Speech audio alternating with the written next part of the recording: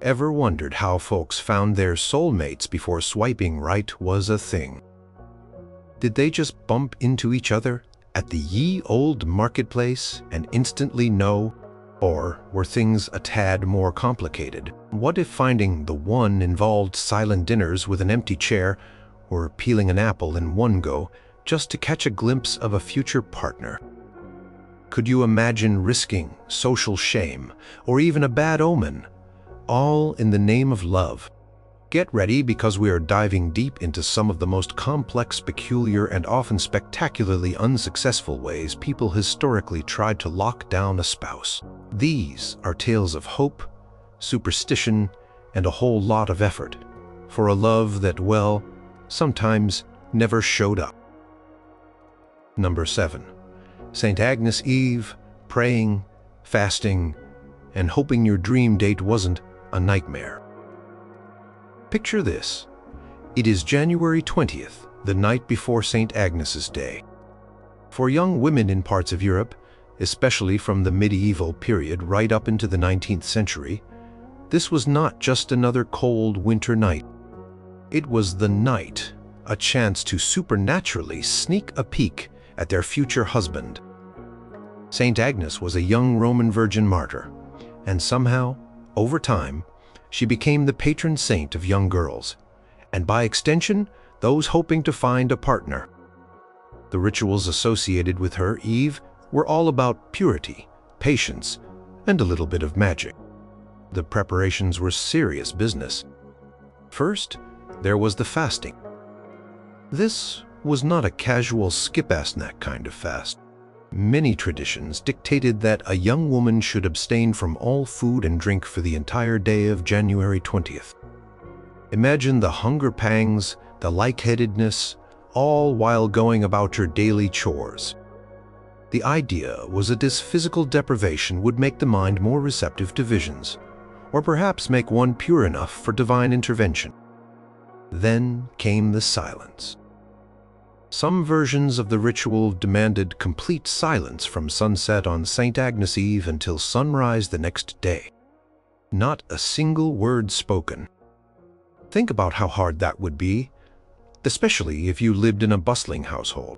Every question, every comment from family had to be met with gestures or simply ignored, adding another layer of intense focus and perhaps a little bit of social awkwardness.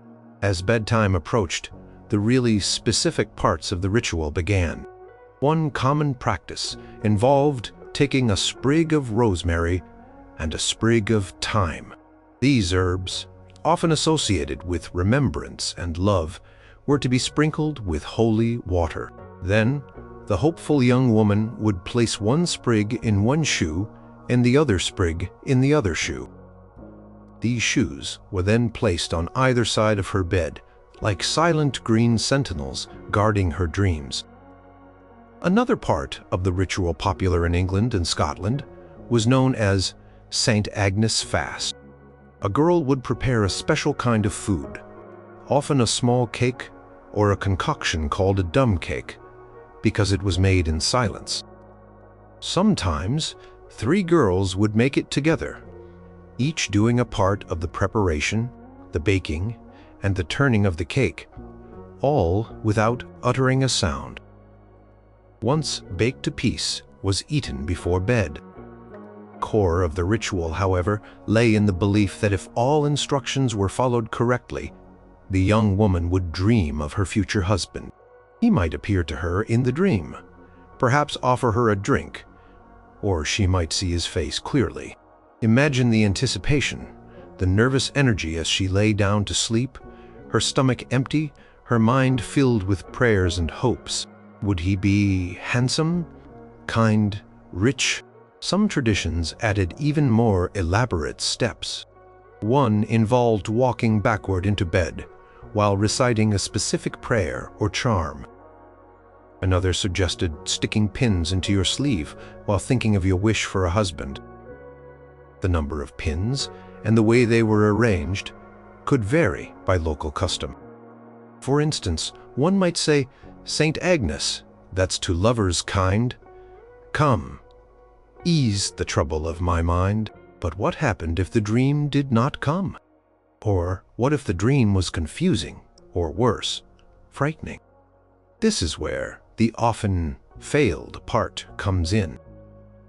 There was no guarantee of a clear, helpful vision. A woman might dream of nothing at all, leaving her to wonder if she had done something wrong, or if perhaps she was destined to remain unmarried. She might dream of someone she did not know, or worse, someone she disliked. Some folklore even warned that if a girl dreamed of a coffin on St. Agnes Eve, it meant she would die before she married. That is quite a high-stakes dream. The sheer number of variations of these rituals across different regions suggests that people were constantly tweaking them, perhaps hoping to find a version that worked. If one year yielded no results, a young woman or her anxious mother might try a slightly different set of prayers or actions the next January 20th. Poems of John Keats, like The Eve of St. Agnes, romanticized these rituals, filling them with passion and magical encounters. The reality for many was likely a cold, hungry night, followed by a morning of uncertainty or disappointment. Think about the pressure. In many historical societies, a woman's future, her economic security, and her social standing were hugely dependent on making a good marriage. So these rituals were not just girlish fancies. They were serious attempts to gain some control, some foresight into a hugely important life event. The silence, the fasting, the precise placement of herbs and pins, it was all a testament to the deep human desire for love and security, and the lengths people would go to in hopes of finding it, even if St. Agnes remained stubbornly silent for many. The records do not show a sudden surge in marriages every January 21st. Instead, life went on, and the search for a spouse continued often through more conventional, though perhaps equally uncertain means. Number 6. May Day Merriment. Washing your face in dew for a beauty that might catch his eye. Ah, May Day. The 1st of May has long been a time of celebration, marking the arrival of spring, the renewal of life, and for many hopeful singles, a chance to boost their romantic prospects. While May Day is often associated with dancing around a maypole and crowning a May Queen, there was another, more personal ritual that many young women undertook, collecting and washing their faces with the morning dew. This was not just about a refreshing start to the day. It was believed to be a magical beauty treatment, one that could enhance attractiveness and, therefore, help in securing a husband. The ritual was deceptively simple in its core idea, but required specific timing and belief. On the morning of May 1st, before the sun had risen, young women would venture out into the fields or gardens. The goal was to collect the fresh dew that had settled on the grass and flowers overnight. This was not a leisurely stroll. It had to be done in the pre-dawn quiet, often in secret, as the magic was thought to be most potent when the dew was untouched by sunlight and gathered with specific intent. Imagine young women perhaps giggling softly or moving with quiet determination, armed with small bowls or cloths. They would carefully brush the dew from blades of grass or the petals of flowers, gathering as much of the precious liquid as they could. Some believed that dew collected from specific plants like hawthorn, which is also associated with May Day and fairies, was particularly powerful. Once collected, the dew was then used to wash the face. It was not just a quick splash. The idea was to let the dew's supposed magical properties soak into the skin. It was believed that May Day dew could remove freckles, blemishes, and wrinkles, leaving the skin smooth, clear, and radiant. In a time when a fair complexion was highly prized and seen as a sign of beauty and gentility, this was a serious cosmetic endeavor. And beauty, of course, was a key factor in attracting a desirable partner. The belief in the power of May Day dew was widespread across the British Isles and parts of Europe, persisting for centuries. Samuel Pepys, the famous 17th century diarist, even recorded his wife going out to collect May dew. He wrote on May 28, 1667, "My wife, away down with Jane and W. Hewer to Woolwich, in order to a little air, and to lie there tonight, and so to gather May dew tomorrow morning, which Mrs. Turner hath taught her is the only thing in the world to wash her face with." This shows it was not just a quaint rural custom, but practiced by women in cities as well. The elaborateness of this ritual lay not in complex ingredients or lengthy incantations, but in its reliance on natural timing, specific conditions, and the sheer faith placed in its efficacy. It required an early start, braving the chill of the spring morning, and the belief that this simple, natural substance held bought power. For some, it might have been part of a larger May Day celebration, adding a personal, hopeful element to the communal festivities. But did it work? Well, dew is just water. While a cool wash can certainly be refreshing and temporarily make the skin feel toned, it is unlikely to have performed the dermatological miracles attributed to it. Freckles would remain, wrinkles would still form, and skin conditions would persist. Failure here is twofold. Firstly, the beauty enhancements were largely mythical. A woman might feel more beautiful after her May Day ritual, and that confidence itself could be attractive. But the dew itself was not a magical potion. Secondly, and more importantly, for our theme, even if a woman's complexion seemed to glow a little brighter on May 1st, beauty alone did not guarantee a proposal from the right man. Attracting a spouse involved a complex interplay of social status, wealth, family connections, personality, and, yes, physical appearance. A dew-kissed face was unlikely to be the deciding factor if other more substantial elements were not in place.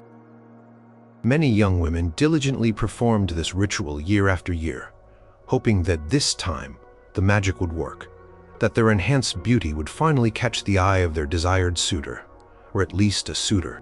Yet, love and marriage remained as unpredictable as ever. The fields would be dotted with hopeful dew-gatherers each May morning, but the altar was not necessarily any closer for many of them by May afternoon. The tradition speaks to a timeless desire for self-improvement in the pursuit of love, and the charming, if ultimately ineffective ways, people sought to harness nature for their romantic goals. It was a beautiful, hopeful ritual, but its success in the marriage market was as fleeting as the morning dew itself.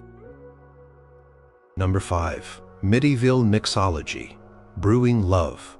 Potions that probably just caused indigestion. Step into the dimly lit world of medieval Europe, a time when the lines between medicine, magic, and everyday life were wonderfully blurry.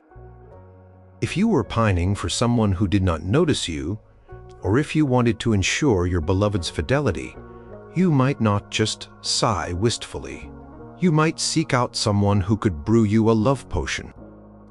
These were not the sparkly, sweet concoctions you see in fantasy movies. Medieval love potions were often complex, bizarre, and sometimes downright dangerous, promising to capture a heart but often delivering little more than a stomachache or worse. Creation of a love potion was an elaborate affair, shrouded in secrecy and superstition. The ingredients themselves were a wild mix of the mundane, the exotic, and the unsettling. You might find herbs known for their supposed aphrodisiac qualities, like vervain, mandrake root famously shaped like a human, or periwinkle. Spices, often expensive and imported, such as cloves or nutmeg, might be added for their potent aroma and perceived magical properties. But then things could get a lot weirder. Animal parts were common: the heart of a dove, symbolizing love, the brain of a sparrow, or even powdered earthworms. Some recipes called for ingredients derived from the human body, like hair, nail clippings, or blood. The idea was that these elements would create a sympathetic magical link between the giver of the potion and the unfortunate recipient. Imagine the dedication or desperation it would take to gather some of these items. Finding a mandrake root that screamed when pulled from the ground was considered particularly potent and dangerous. Preparation itself was as crucial as the ingredients. Potions often had to be brewed at specific times, such as during a full moon on a Friday, Venus's day, associated with love, or at a certain astrological conjunction. Incantations, prayers, or magical words would be chanted over the bubbling mixture. The direction of stirring, the type of pot used, perhaps an earthen crucible, and the source of the fire could all be part of the detailed instructions passed down, often orally, or in closely guarded grimoires or books of shadows. The goal was simple: to make the target fall madly in love with the person administering the potion, or to reignite a fading passion. The potion would typically be secretly administered, often slipped into food or drink. This, of course, carried its own risks. What if the taste was so awful it was immediately detected? What if it made the person violently ill? And that leads us to why these elaborate concoctions often failed, and failed spectacularly. Firstly, from a scientific perspective, there is no evidence that these strange brews had any actual love-inducing properties. Some ingredients might have had mild psychoactive effects, or been stimulants, or sedatives, which could perhaps alter someone's mood or behavior temporarily, but they could not magically create genuine affection. Mandrake, for example, is a powerful narcotic and hallucinogen. Too much could be poisonous. Many other ingredients were simply inert, or, at best, placebos. The failure was also practical. If the potion tasted foul or had an obvious, unpleasant effect, it could backfire, causing suspicion or disgust rather than love. Imagine trying to explain why your special spiced wine made your beloved break out in hives or see talking squirrels. Not exactly a recipe for romance. Furthermore, if word got out that someone was using love magic, the social and legal consequences could be severe. Witchcraft and sorcery were serious accusations in the medieval period, and beyond. Being caught attempting to magically coerce someone's affections could lead to public shaming, fines, imprisonment, or even execution, depending on the time and place. So, the secrecy required added another layer of complexity and risk. Even if a potion seemed to work in the short term, perhaps the recipient became more attentive due to a coincidental mood swing or the power of suggestion. Such magically induced affections were unlikely to last, or form the basis of a stable, happy marriage. True love and partnership are built on mutual respect, shared values, and genuine connection, not on secretly administered concoctions of dubious origin. So despite the intricate recipes, the rare ingredients, the carefully timed brewing, and the whispered incantations, medieval love potions were a gamble with very poor odds. Many a hopeful lover likely ended up with nothing more than a wasted effort, some very strange leftover ingredients, and perhaps a lingering bad smell in their cottage. The desire for a magical shortcut to love was strong, but the reality was that these elaborate potions were far more likely to lead to trouble, or simply a puzzled look from the intended beloved than to a happy ever after. Number 4. Bundling a bed between you and hopefully not a baby too soon. Let us travel to colonial America, and also parts of Wales, the Netherlands, and Scandinavia, for a courtship custom that seems rather shocking to modern sensibilities. Bundling. Imagine this. You are a young couple, interested in getting to know each other better. Instead of just supervised parlor visits, you are allowed to spend the night together in the same bed. But, and this is a very big, but you are expected to remain fully clothed, and often there was a physical barrier, like a bundling board or a bundling sack, placed between you. It was an elaborate social ritual, designed to allow intimacy and conversation in an era of limited privacy and heating. But it was fraught with the potential for, shall we say, complications. Practice of bundling arose from practical necessities as much as social ones.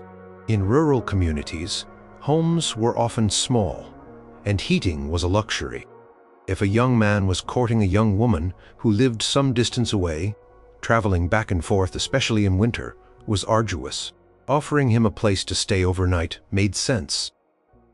Where would he sleep? In a crowded farmhouse? The parents' solution, surprisingly often, was to let him bundle with their daughter. The elaborateness of bundling lay in its specific rules and the equipment sometimes involved. Couple would retire to bed, but they were not supposed to engage in any, well, unbundling. They might be sewn into separate sheets or sleeping bags, or a long, solid board of wood would be placed down the middle of the bed, creating a literal divide. Sometimes the young woman's mother might even check on them, or the lower halves of their bodies might be separately bundled or tied up. The idea was to allow for conversation, for the sharing of warmth, and for a degree of closeness that could foster affection, all while maintaining propriety. The conversations that happened during bundling must have been quite unique. Lying side by side in the dark, couples could talk for hours, sharing dreams, fears, and stories in a way that might have been impossible in more formal chaperoned settings. It was a chance for genuine connection, away from the prying eyes, though perhaps not ears, of the rest of the household. However, the often failed aspect of bundling is pretty obvious. Human nature being what it is, proximity and intimacy, even with a board in between, could lead to temptation. The primary failure, from the perspective of the societal rules, was when the bundling board proved insufficient and a pregnancy occurred before marriage. This was a significant risk. While premarital pregnancy was not universally condemned with the same severity everywhere or at all times bundling was practiced, it certainly complicated matters and could lead to hurried weddings, social disapproval, or difficulties. The very existence of so many rules and contraptions, bundling, bags, boards, separate bolster pillows, points to the inherent tension and risk in the custom. If it was so innocent, why the need for such elaborate precautions? These measures were attempts to control the situation, to allow for this form of courtship while minimizing the danger. Moreover, bundling did not guarantee a match. Couple could bundle for several nights, share many conversations, and still decide they were not suited for each other. Perhaps he snored like a freight train, or she had very different ideas about the future. The intimacy of bundling could just as easily reveal incompatibilities as it could foster love. So, a young woman might bundle with several different suitors before finding one she wished to marry, or before one wished to marry her. Each failed bundling experience, where no match was made, still carried that slight whisper of risk or gossip. The decline of bundling in the late 18th and early 19th centuries was spurred by a few factors. Increased wealth meant larger houses with more rooms and better heating, making the practical arguments for bundling less compelling. But more significantly, changing social mores and religious revivals, like the Second Great Awakening in America, began to view the practice with much greater suspicion and condemnation. Ministers preached against it, calling it an invitation to sin. What was once a practical, if somewhat risky, courtship custom became seen as morally lax and improper. So while bundling offered a unique and quite elaborate way for couples to get to know each other, its success in leading to a happy, timely marriage without unintended consequences was far from guaranteed. It was a system built on trust, self-control, and sometimes a sturdy piece of wood, but it often teetered on the edge of social acceptability, and for some, led to outcomes that were definitely not part of the original plan. It was a fascinating social experiment in courtship, one that ultimately faded as societies changed, leaving behind curious tales of nighttime conversations and the ever-present bundling board. Number 3. Asking the ancients, when oracle bones and bird poop decided your love life. long before dating apps and compatibility quizzes. If you were living in ancient Greece, Rome, or even further back in places like ancient China, figuring out if someone was the one could involve some seriously elaborate and mystical processes. We are talking about divination, the art of seeking knowledge of the future or the unknown by supernatural means. When it came to marriage, a hugely important social and economic contract, people would often turn to oracles, priests, or specific divinatory rituals to get a divine thumbs up or thumbs down on a potential spouse. In ancient Greece, for example, if a family was considering a marriage alliance, they might consult an oracle, like the famous Oracle of Delphi. This was not a casual drop in D. It often involved a journey, expensive offerings, or sacrifices to the gods, perhaps a goat or a sheep, and the period of waiting. The priestess, known as the Pythia, would enter a trance state, supposedly channeling the god Apollo, and deliver cryptic pronouncements. Interpreting these pronouncements regarding a potential marriage could be a whole other challenge. Was the raven flies south a good sign or a bad one for marrying Theron from the next village? The ambiguity meant that even with divine consultation, the answer was not always clear. The Romans, too, were big on divination for all important matters, including marriage. They practiced augury, which involved observing the flight patterns of birds. An augur, a religious official, would define a sacred space in the sky, a templum, and watch. Did the birds fly from left to right? Good omen. Or right to left? Bad omen. How many birds were there? What kind of birds? Were they squawking loudly or flying silently? All these details were meticulously noted and interpreted to gauge divine favor for a proposed union. Imagine your wedding based on whether a flock of crows decided to make a sharp turn.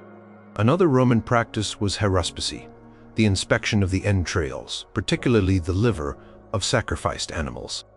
Trained haruspics would examine the liver's size, shape, color, and any unusual markings. A healthy, well-formed liver was a good sign.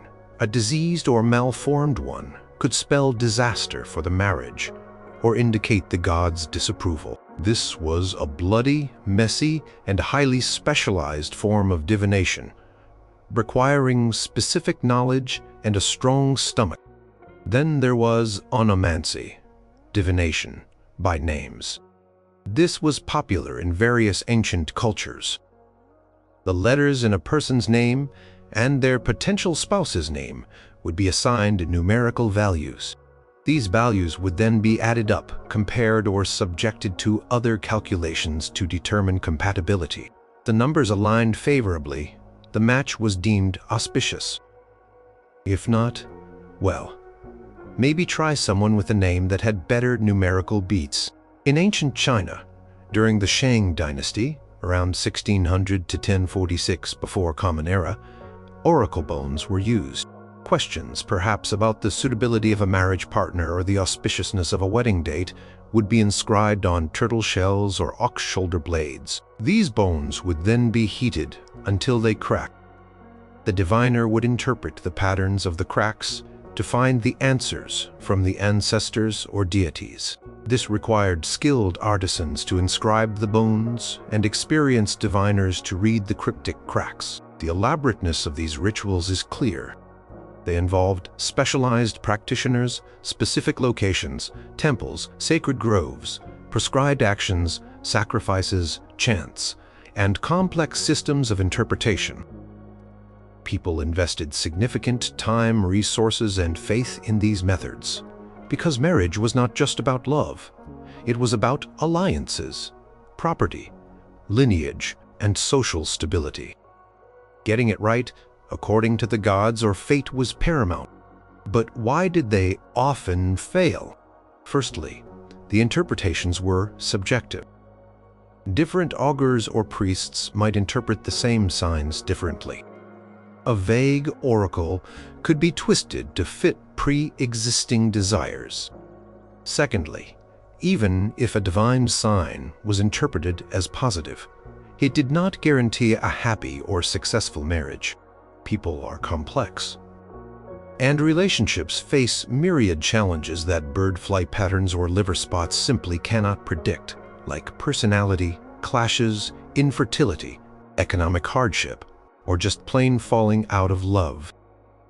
Moreover, if a ritual gave a negative omen for a match that was otherwise politically or economically advantageous, families might choose to ignore the divine warning or seek another divination until they got the answer they wanted. This suggests that while these rituals were respected, practical considerations could sometimes override supernatural advice. The gods might say no, but if the dowry was big enough, some families might risk it.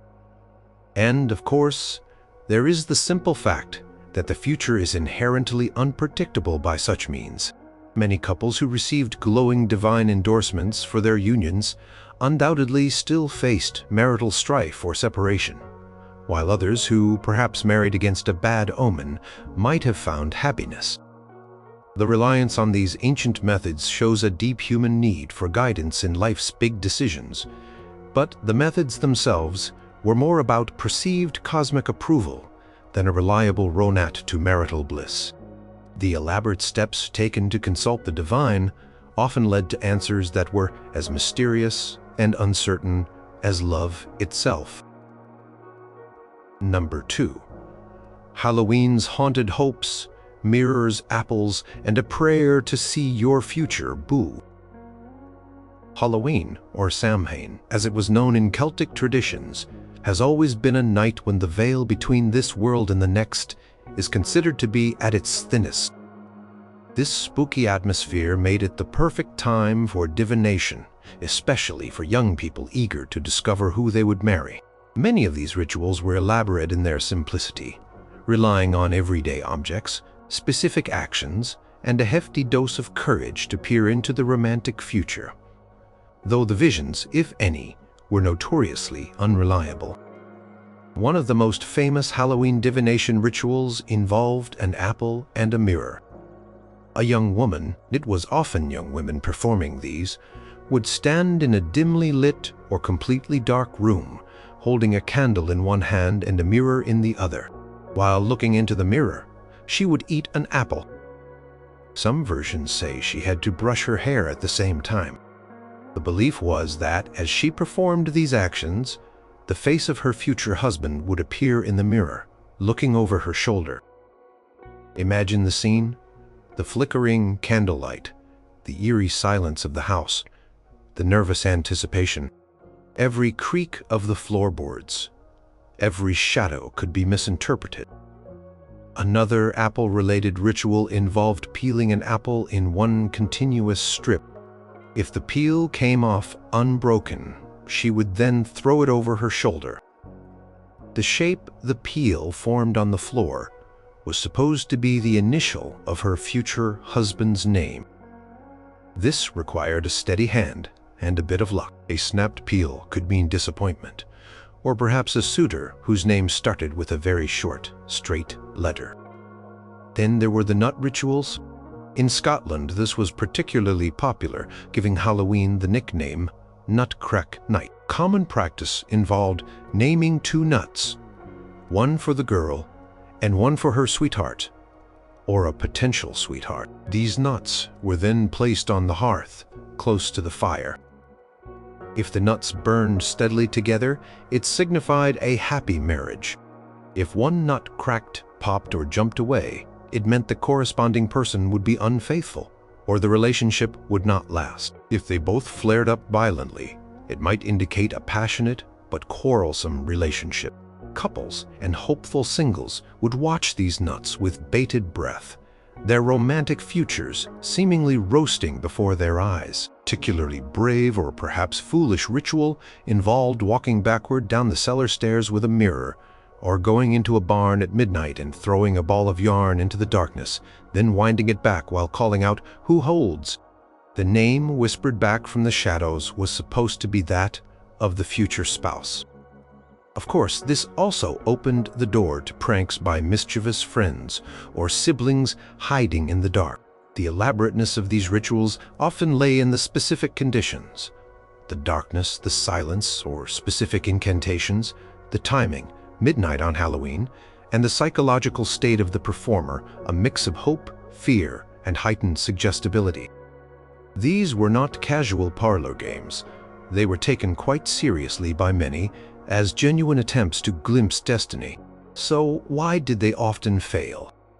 Well, for starters, seeing a ghostly face in a mirror in a dark room is more likely to be a trick of the light, an overactive imagination, or simply a reflection of one's own hopeful or terrified face.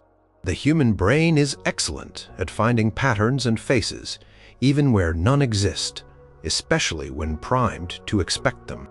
Many a girl probably stared intently only to see nothing or to be startled by her own reflection, looking particularly ghoulish in the candlelight. If a face did seem to appear, who was it? Was it someone known, a stranger? How could one be sure? And even if a clear image of, say, the handsome blacksmith's son appeared, there was no guarantee he felt the same way, or that circumstances would ever bring them together. The vision in the mirror offered no practical steps to achieving the prophesied union.